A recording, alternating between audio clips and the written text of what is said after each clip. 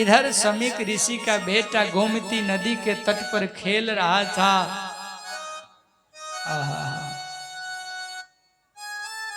खेलते खेलते किसी बालक ने बता दिया। वो बालक बताया तो श्रृंगी ऋषि पहुंचा अपने आश्रम में।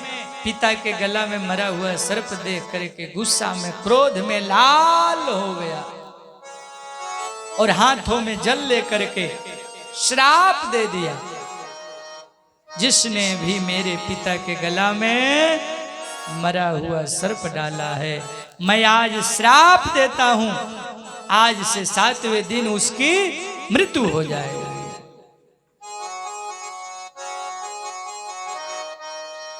इधर 1 घंटा ध्यान करने के बाद समीक ऋषि ने अपना आंख खोला तो बगल में बेटा रो रहा था। क्यों रो रहे हो, क्या बात है?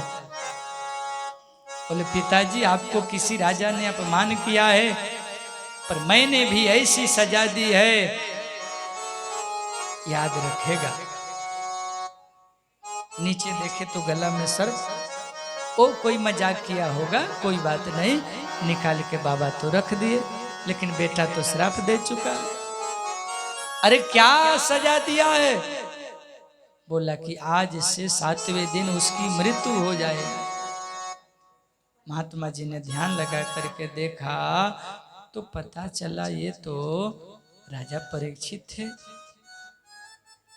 ये तो बहुत अच्छे राजा हैं और पांडवों के वंश के हैं, कन्हैया के बड़े लाडले भक्त भी हैं। ये तो भगवान के परम वैष्णव, परम धर्म रक्षक राजा हैं। और परीक्षित जैसे राजा अगर राज नहीं करेंगे तो प्रजा की क्या हालत होगी। जथा राजा तथा प्रजा, इसलिए परीक्षित जैसे राजा को तो राज करना ही चाहिए। श्रेष्ठ लोगों को राज्य करना ही चाहिए। लेकिन बेटा तुमने तप का दुरुपयोग किया है, गलत लोगों के हाथ में शक्ति दे देने पर गड़बड़ कर देते हैं, तुमने गड़बड़ कर दिया बेटा। हा राम, पर जो होना था सो हो ही गया। ये काम करो, सूचना दो परीक्षित को। परीक्षित के पास सूचना भेजवाया गया। उधर परीक्षित जाकर के अपने महल में जैसे ही मुकुट उतारा, पूरी बात आंखों के सामने, नजर में, दिमाग में घूमने लगी कि मैंने बड़ा अपराध किया, मेरे माथे पर कलयुग चढ़ गया, हमसे 5 वरदान ले लिया। ध्रुतम पानम स्त्रिय सुना, जहां जुआ खेला जाता हो, जहां झूठ बोला जाता हो, जहाँ व्यभिचार होता हो, जहाँ हिंसा होता, वहाँ कलयुग का वास तो ठीक है।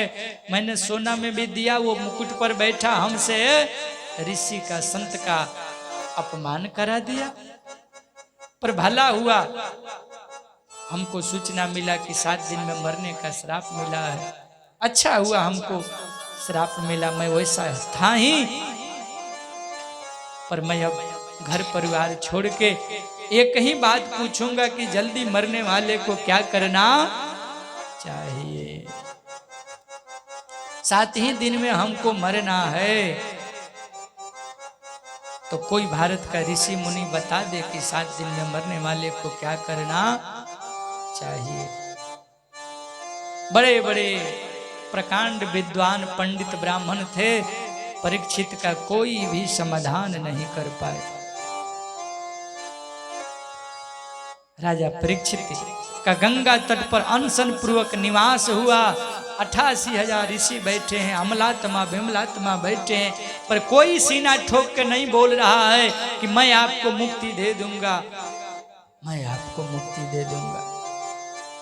सबकी चिंता यही है, परीक्षित का कल्याण कैसे होगा, परीक्षित का कल्याण कैसे होगा।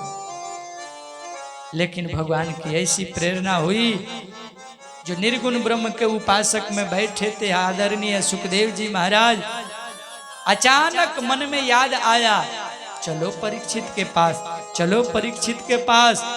और आज अनशन पर बैठे परीक्षित के यहाँ आदरणीय सुखदेव जी अपना निर्गुण ब्रह्म का समाधि त्याग करके भागते भागते 88,000 ऋषियों के बीच में आकर के प्रकट हो गए। बोलिए सुखदेव जी महाराज की जय हो। श्री सुखदेव जी महाराज की जय हो। कोई जटा से रास्ता बुहार रहा है, कोई तिलक कर रहा है, कोई प्रणाम कर रहा है, और आके व्यासपीठ पर बैठे सुखदेव जी और बिना समय गमाए परीक्षित ने सीधे प्रश्न कर दिया, सरकार बिल्कुल हमको तुरंत बताइए जल्दी मरने वाले को क्या करना चाहिए। सुखदेव जी ने कहा बहुत है, 7 दिन बहुत है परीक्षित, 5 मिनट में मुक्ति दे सकता हूं, चिंता न करो, तुम्हारा गुरु तुम्हारे सामने आ गया, अब टेंशन मत लो, 7 दिन सत्संग करो, कथा सुनो, सब बेड़ा पार हो जाएगा।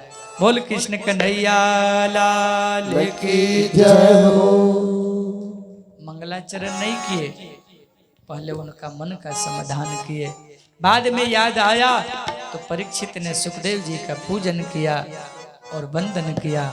आइए हम सब भी सुखदेव जी को प्रणाम करते हैं, फिर आगे की कथा दर्शन करेंगे।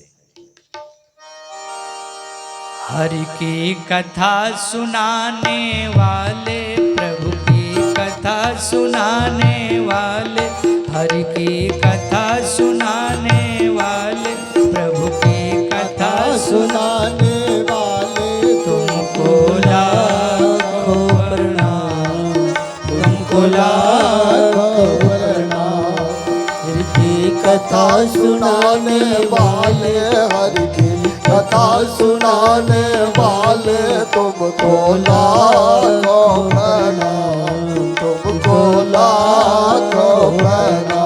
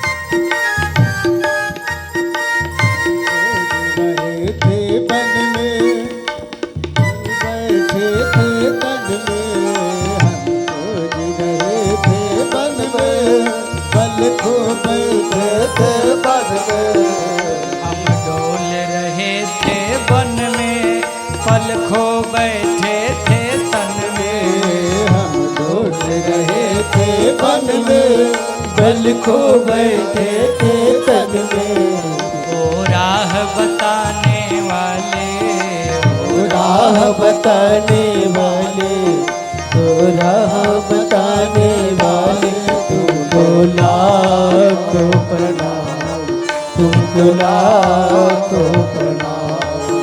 हरि कथा सुनाने वाले, अमृत पान कराने वाले, तुमको लाखों प्रणाम, तुमको लाखों प्रणाम।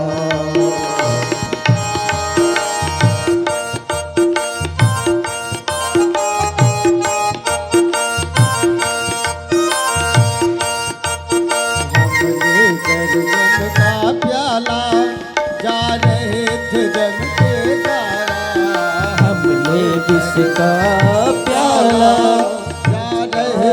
जब के पाला, लेकर विष का प्याला जा रहे थे जब के पाला। अमृत पान कराने वाले, वो राह बताने वाले, तुमको लाखों प्रणाम, तुमको लाखों प्रणाम। कथा सुनाने कथा सुनाने वाले, तुमको लाखों प्रणाम, तुमको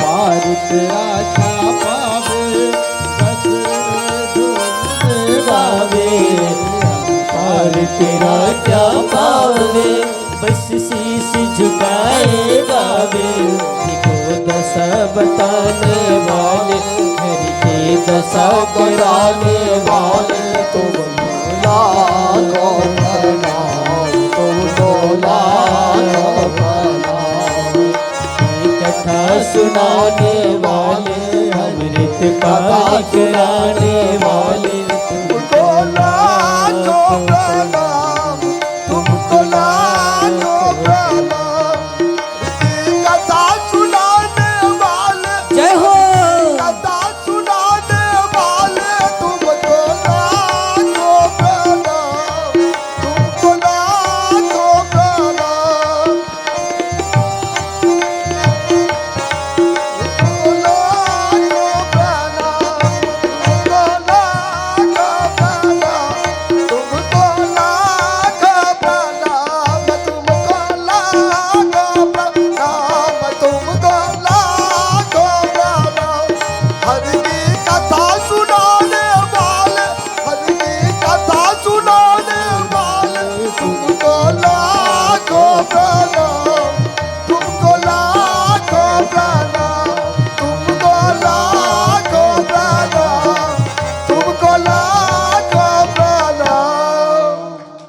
घट घट यंतर जामी मैं मूरख और अज्ञानी तो घट घट यंतर जामी मैं मूरख और अज्ञानी तुम घट घट यंतर यामी मैं मूरख और अज्ञानी तुम घट घट यंतर जामी मैं मूरख और अज्ञानी ओ प्रेम लुटाने वाले ओ प्रेम लुटाने वाले तुमको लाखों प्रणाम तुमको लाखों दोनों हाथ से ताली बजाते हुए लुटाने वाले हरि की कथा सुनाने वाले तुमको लाखों प्रणाम तुमको लाखों प्रणाम कथा सुनाने वाले हरि की कथा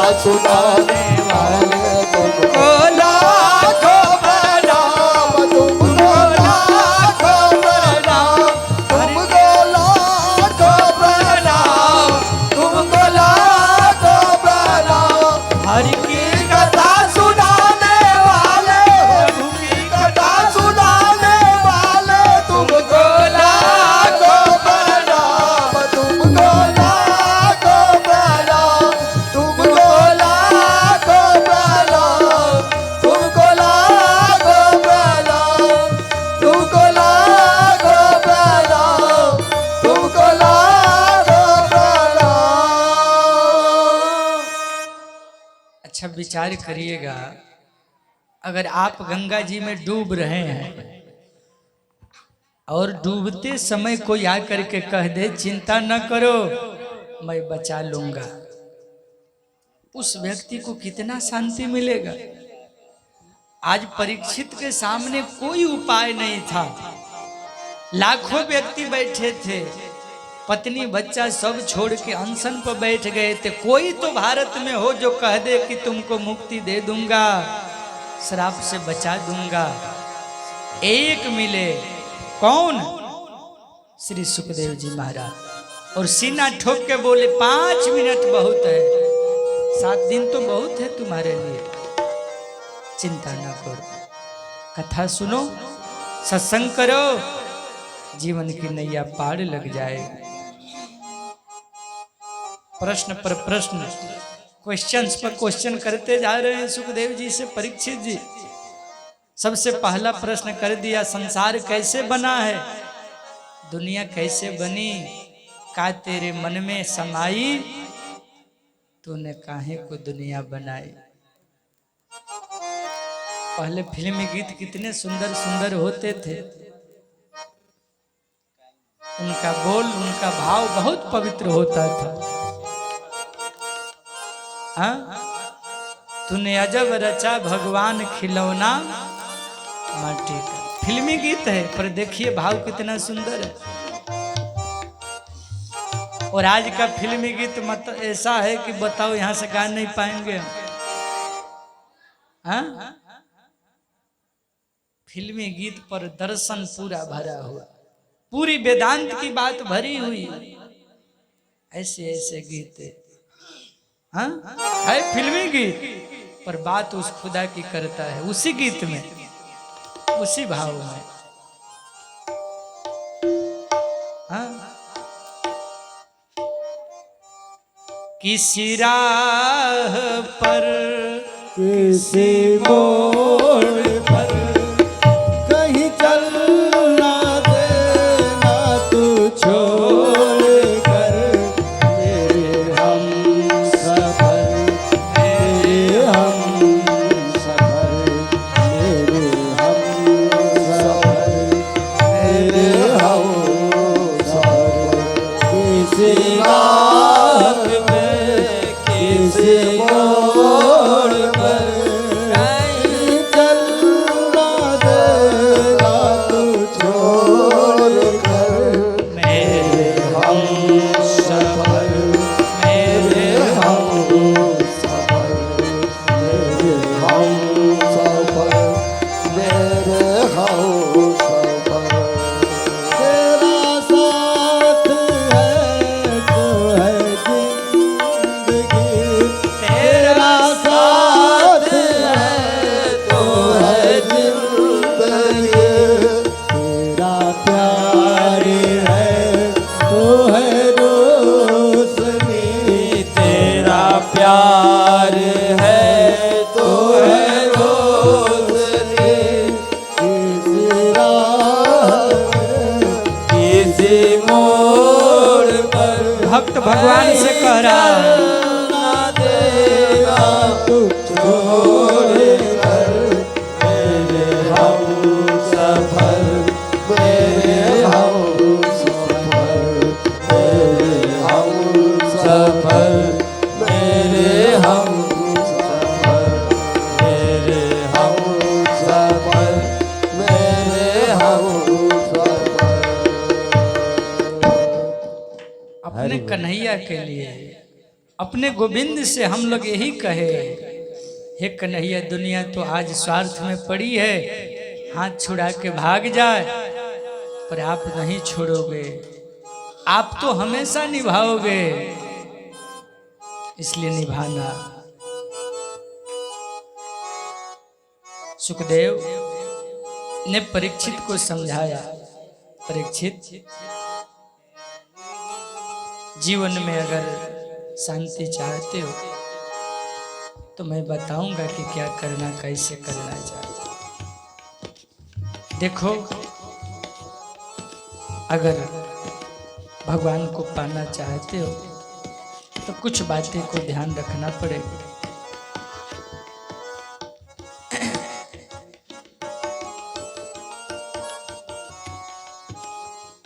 जीवन कैसे बीत जाता है पते नहीं चलता।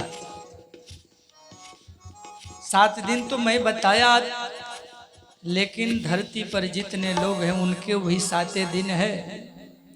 तुमने केवल अपने लिए प्रश्न नहीं किया, तुम्हारे माध्यम से धरती पर जितने जीव हैं सबका यह प्रश्न है, क्योंकि सब 7 ही दिन में मरते हैं। सोमवार से लेकर के रविवार के बीच में कितना होता है हो? 7 दिन है। और कलयुग में मनुष्य की आयु अगर स्वस्थ है तो 100 वर्ष बताई गई है। त्रेता में कहा गया, सतयुग में कहा गया कि 1,00,000 वर्ष, 10,000 वर्ष, 1,000 वर्ष, फिर 0 घटता गया तो 100 वर्ष, और 0 घट जाएगा तो 10 वर्ष बच जाए। लेकिन ससुरारी प्यारी लगी जब तेरी पुरूप कुटुंब गुमान इतना रहता है जीव को कि हमको कुछ नहीं होगा। उम्र है 10-20 वर्ष, अहंकार इतना कि हमारा कुछ बिगड़ने वाला नहीं है। मानिएगा नहीं आप, सुधरना आपका नियत नहीं है, इतना नियत गड़बड़ है, हम सुधरना नहीं चाहते। परीक्षित देखो, ठीक है 100 वर्ष तुमको दिया, लेकिन 100 वर्ष में 50 वर्ष तो सोते सोते गुजर जाता है। बच्चा 50 वर्ष, 50 वर्ष में 5 वर्ष तो खेलते खेलते गुजर जाता है बालक का। बच्चा 45 में, अब श्रीमान जी 15 वर्ष तो पढ़ने में बिता दिए। CAT cat, DOG dog, APPLE, ग से गणेश, और बड़ी ABCD, छोटी ABCD,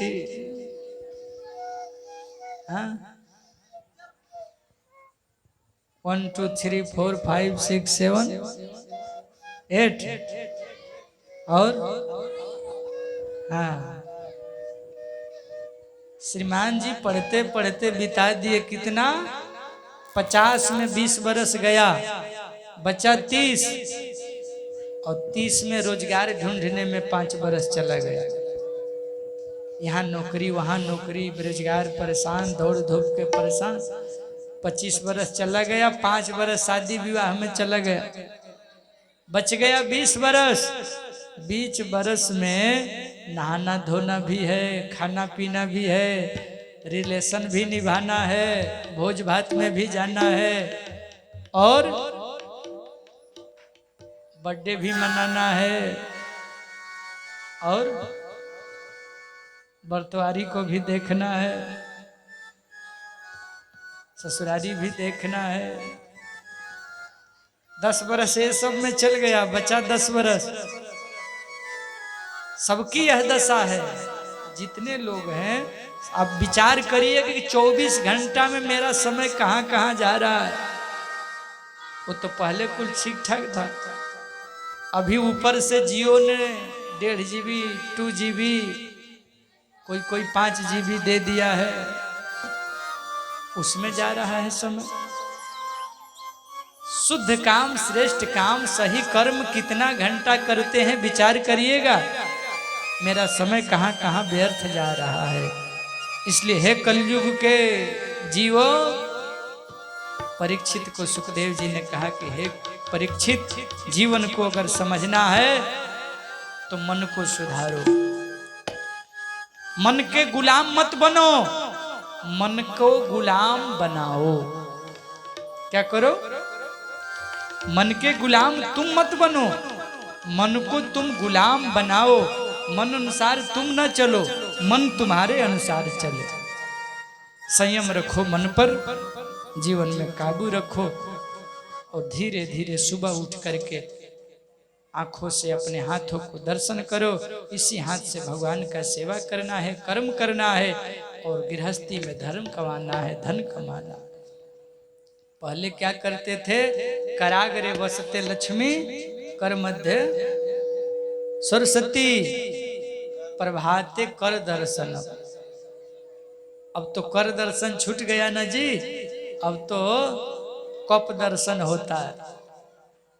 चदरिया में सोए सोए रहते हैं, मच्छरदानी में, पंखा भी बंद नहीं करते हैं, और श्रीमान जी आवाज लगाते हैं, चाय बन गई क्या? नहीं बनी? हाँ? श्रीमान जी सोए हैं, अभी मुंह भी नहीं धोए, पर चाय खोज रहे हैं, चाय ढूंढ रहे हैं। अरे मूर्ख, कम से कम मुंह तो धो ले, तब चाय पीना। चाय सुड़क रहे हैं, दिन भर में 10 बार चाय सुड़क रहे हैं।